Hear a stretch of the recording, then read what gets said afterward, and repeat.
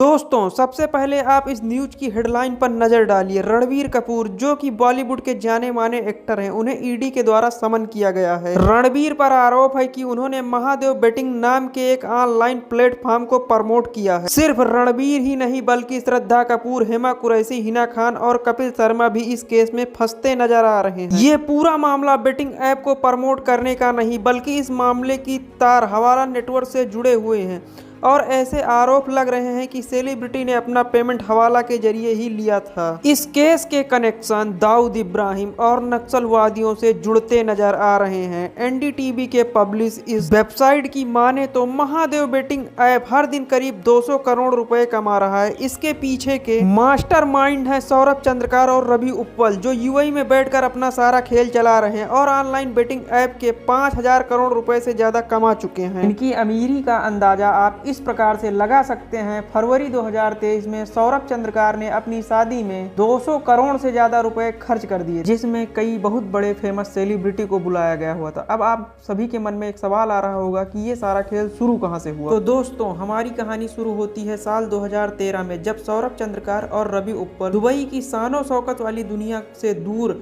छत्तीसगढ़ के भिलाई में रहा करते थे। सौरभ चंद्रकार एक जूस की दुकान चलाता था और रवि उपल टायर का काम करता था। ये दोनों दिन भर मेहनत करने के बाद जो भी पैसा बचाते थे उसमें से थोड़ा सा रखकर बाकी अपने परिवार के लिए भेज दिया करते थे। फिर एक दिन इन्हें अचानक सट्टे का शौक लग जाता है और ये अपने पैसे सट्टे में उड़ाने लगते हैं। बात करें सौरभ चंद्रकार की तो उसने 10 से 15 लाख रुपए गवा दिए थे और रवि उपल के साथ भी कुछ ऐसा ही हुआ। भारी नुकसान झेलने के बाद ये दोनों लोग अच्छे से समझ चुके थे कि इस बेटिंग की दुनिया में सट्टा खेलने वाला नहीं बल्कि खिलाने वाला ही कमाई करता है। ये दोनों अपनी दुकानों पर ताला लगाकर बुके बनने के लिए निकल पड़ते हैं, पर यहाँ प्रॉब्लम ये थी कि भारत में बुकी बैन होने के कारण इनका खेल कभी भी खत्म हो सकता है। सौरभ और रवि ये दोनों इसका तोड़ निकाल कर दुबई पहुंच जाते हैं, जहां पर बेटिंग पर ना कोई बैन था और ये अपने बेटिंग को ग्लोबल लेवल से चला सकते थे। ये दोनों अपना दिमाग दौड़ाते हैं और साल 2016-17 में अपने महादेव बुक ऐप को लॉन्च कर देते हैं। दोस्तों पहली बार इस ऐप का नाम सुनकर किसी को भी यही लगेगा कि यह एक रिलीजियस ऐप है, लेकिन सच्चाई इससे बिल्कुल अलग थी। यह एक बेटिंग प्लेटफॉर्म है। लोग इस पर महज 500 रुपए से बेटिंग शुरू कर सकते हैं, पर लोग अलग अलग गैम्बलिंग गेम खेल सकते हैं। क्रिकेट, फुटबॉल जैसे डिफरेंस स्पोर्ट्स पर बेटिंग भी कर सकते हैं। कुछ रिपोर्ट ये भी बताती हैं कि महादेव ऐप भारत सहित दुनिया के कई बड़े बड़े देशों पर इलेक्शन रिजल्ट पर भी बेटिंग की जाती थी। ये दोनों ज्यादा पढ़े लिखे नहीं थे, लेकिन इनका दिमाग कंप्यूटर से भी तेज चलता था। इन्होंने अपने ऐप को एल्गोरिथम को ऐसे सेट किया हुआ था कि जैसे कोई नया यूजर 500 रुपए लगाकर बैटिंग शुरू करता था तो शुरुआत में उसे 2000 रुपए का प्रॉफिट होता था। उससे लोगों का लालच सातवें आसमान पर पहुंच गया और वो 500 और 1000 से ऊपर उठकर बड़े अमाउंट का सट्टा खेलने लगते थे। और यही वो मौका था कि यूजर्स अपना सारा पैसा हार जाता था और सारा पैसा दुबई में बैठे रवि और सौरभ की जेब में जाता था। इस तरह इन दोनों ने इस ऐप से लाखों लोगों को जोड़ा और एक यूजर से 1000 करोड़ों की कमाई कर ली। पैसों की मदद से इन्होंने रेडी, अन्ना और फेयर प्ले जैसी दूसरी बेटिंग ऐप को भी खरीद लिया। लेकिन इन दोनों का लालच यहीं खत्म नहीं हुआ। इन्होंने महादेव बेटिंग ऐप की फ्रेंचाइजी भी बांटना शुरू कर दिया।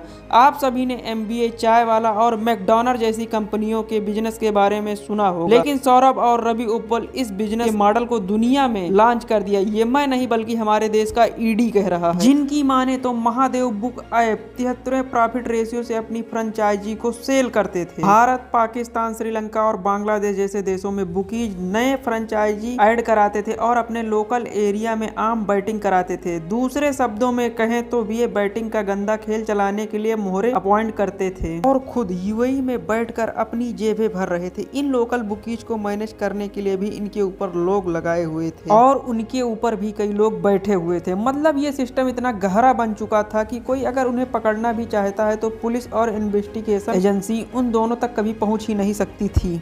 ये सब सुनने के बाद आप ये सोच रहे होंगे कि हजारों करोड़ों की पेमेंट इन तक पहुंचती कैसे थी। तो दोस्तों चलिए महादेव बेटिंग ऐप के पेमेंट सिस्टम को समझते हैं। यहाँ होता कुछ यूं था कि जब भी कोई नया यूजर इसके ऐप पर अपनी आईडी बनाता था तो उसे व्हाट्सएप नंबर के जरिए एक अकाउंट की डिटेल भेजी जाती है। तो मान लीजिए वो यूजर बैंक अकाउंट में 500 रुपए ऐड कर दिए जाते थे, तो उससे ऐप में 500 रुपए की कीमत के पॉइंट ऐड कर दिए जाते थे, जिससे अब वो ऑनलाइन बेटिंग कर सकता था। वैसे बहुत ही कम लोग इस ऐप से पैसे कमा पा रहे थे, लेकिन किसी को विड्रॉल करना हो तो दूसरे व्हाट्सएप नंबर के जरिए इंफॉर्मेशन देनी होती थी। ये सब सुनने के बाद आप सोच रहे होंगे कि सारी पेमेंट बैंक अकाउंट के जरिए हो रही थी, तो आखिर पुलिस और इन्वेस्टिगेशन एजेंसी इस रैकेट को पकड़ क्यों नहीं पाए? तो इसका रीजन ये था कि सौरभ चंद्रकार और रवि उपल और उनके फ्रेंचाइजी लेने वाले बुकीज कभी भी अपना पर्सनल अकाउंट यूज नहीं करते थे। इन्होंने भिलाई, छत्तीसगढ़ और दूसरे इलाकों में रहने वाले 3 से 4 हजार गरीब लोगों के अकाउंट को ले रखा था, जिसके लिए उन्हें हर महीने 4,000 रुपए दिए जाते थे। बाद में इस पैसे को भारत से दुबई भेज दिया जाता था हवाला के जरिए। किसी को कानो कान भनक भी नहीं होती थी। लेकिन अब सवाल उठता है ये कि पिछले 6 से 7 सालों से ये इनलीगल बिजनेस इतनी आसानी से चल रहा था, तो हाल ही के दिनों में इसकी इतनी गूंज क्यों सुनाई दे रही है कि आखिर ऐसा क्या हुआ कि सौरभ और रवि उपल पर्दे के पीछे से सारे खेल को ऑपरेट कर रहे हैं? उनकी कहानियां मीडिया और इंटरनेट पर वायरल हो रही हैं। दोस्तों, वो कहते हैं ना कि मुजरिम चाहे कितना भी सातिर क्यों ना हो, वो अपने पीछे कोई ना कोई सबूत जरूर छोड़ जाता है। और इस केस में मुजरिम ने इतनी बड़ी गलती कर दी थी कि जिसे लाखों कोशिशों के बाद भी छुपाया नहीं जा सकता था। जी हाँ, मैं उसी 200 करोड़ की शादी के बारे में बात कर रहा हूँ, जिसके बारे में मैंने आपको वीडियो की स्टार्टिंग में बताया था। टाइगर श्रॉफ, नेहा कक्कड़, सनी लियोनी, भारती सिंह, राहत फतेह अली खान, नुजरत बरोचा, भाग्यश्री और सुखविंदर सिंह, ये बॉलीवुड के वो फेमस नाम है जिसके लिए फरवरी 2023 में सौरभ चंद्रकार की शादी का हिस्सा बने थे, जिसके लिए 200 करोड़ रुपए खर्च किया गया था। अब अंबानी और अडानी के परिवार की वेडिंग होती तो कोई हजम भी कर सकता था, लेकिन एक जूस बेचने वाला समाज की नजरों में नौकरी की तलाश में दुबई गया हुआ था, उसके पास इतना पैसा आया कहां से? आपको बता दूं कि सौरभ चंद्रकार यूएई के 6 सबसे बड़े शहरों रस अल खाइमा में शादी की है। इसके लिए R1 इवेंट्स प्राइवेट लिमिटेड नाम की मैनेजमेंट कंपनी को हवाला के जरिए 112 करोड़ रुपए की पेमेंट की गई थी। शादी के लिए जो भी होटल बुक किया गया था उसका खर्च भी 42 करोड़ रुपए बताया जा रहा है। वेडिंग प्लानर, डेकोरेटर और डांसर्स को मुंबई से बुलाया गया, जिनके रहने खाने का सारा खर्च सौरभ चंद्रकार ने उठाया था। सौरभ ने नागपुर में रहने वाली फैमिली मेंबर्स को लाने के लिए भी प्राइवेट जेट भी भेजे थे, जिनका खर्चा आप खुद ही समझ सकते हो। इनमें से हर एक इंसान को पेमेंट हवाला के जरिए ही किया गया था, और यही कारण था जिसने ईडी का ध्यान अपनी ओर खींचा। ईडी की इन्वेस्टिगेशन के सौरभ चंद्रकार और उनके साथी रवि उपल ने महादेव बैटिंग ऐप के जरिए सट्टेबाजी कराकर हजारों करोड़ों की कमाई की है। इसमें अब तक 50,000 करोड़ रुपए के मनी लॉन्ड्रिंग के सबूत मिले हैं। कहने का मतलब ये है कि 50,000 करोड़ सिर्फ वो रकम है जिसके बारे में अभी तक हमें पता चला है। सौरभ चंद्रकार और रवि उपल ने ऐप को ज्यादा से ज्यादा लोगों को प्रमोट करने के लिए स्टेट, डिस्ट्रिक्ट, यहाँ तक विलेज लेवल पर भी डिस्ट्रीब्यूशन चेन बनाई हुई थी। ये चेन न सिर्फ महादेव बेटिंग ऐप को प्रमोट करती थी, बल्कि इसमें होने वाली कमाई को कलेक्ट करके कैश में बदलने से लेकर आगे भेजना भी इन्हीं का काम होता था। महादेव बेटिंग ऐप के प्रमोटर अच्छे से जानते थे कि इतने बड़े नेटवर्क को बिना पॉलिटिकल सपोर्ट के चला पाना मुश्किल ही नहीं, नामुमकिन है। इसीलिए इन्होंने कई लोकल लेवल के पॉलिटिकल को रिश्वत देकर अपनी तरफ कर लिया था। अभी हाल ही में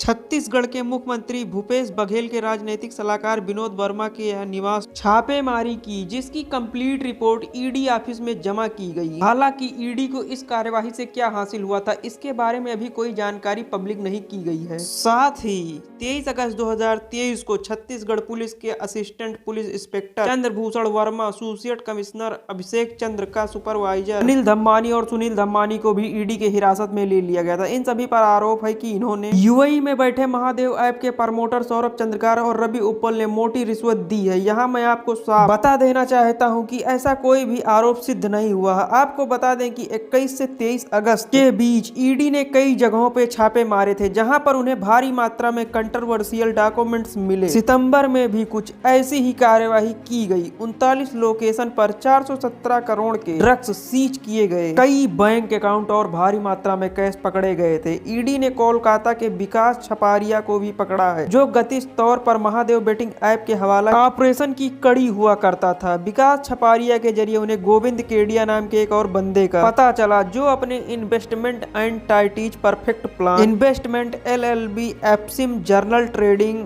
एप्रोवाइटी की मदद से हवाला का ये पैसा इंडियन स्टॉक मार्केट में इन्वेस्ट कर रहा था। हवाला का ये पैसा भारत के स्टॉक मार्केट में इन्वेस्ट किया गया था। ये हो सकता है कि आने वाले दिनों में हमें इस केस में CBI security and exchange word of India का इन्वॉल्वमेंट भी देखने को मिले। महादेव बेटिंग ऐप की इस कंप्लीट केस में अंडरवर्ल्ड डॉन भारत के मोस्ट टेररिस्ट में से एक दाऊद इब्राहिम की एंट्री होते हुए नजर आई है। इस बात का पता हमें तब चलता है जब उस समय लॉरेंस बिश्नोई ने वसूली के लिए सौरभ चंद्रकार को कॉल किया था और सामने से कहा था कि हमारे कनेक्शन दाऊद इब्राहिम के साथ हैं। ईडी की तलाश में कुछ ही बातें सामने आई हैं। दोस्तों, छत्तीसगढ़ के इलाके ऐसे हैं जहां नक्सलवादियों की जड़ें बहुत ही मजबूत हैं।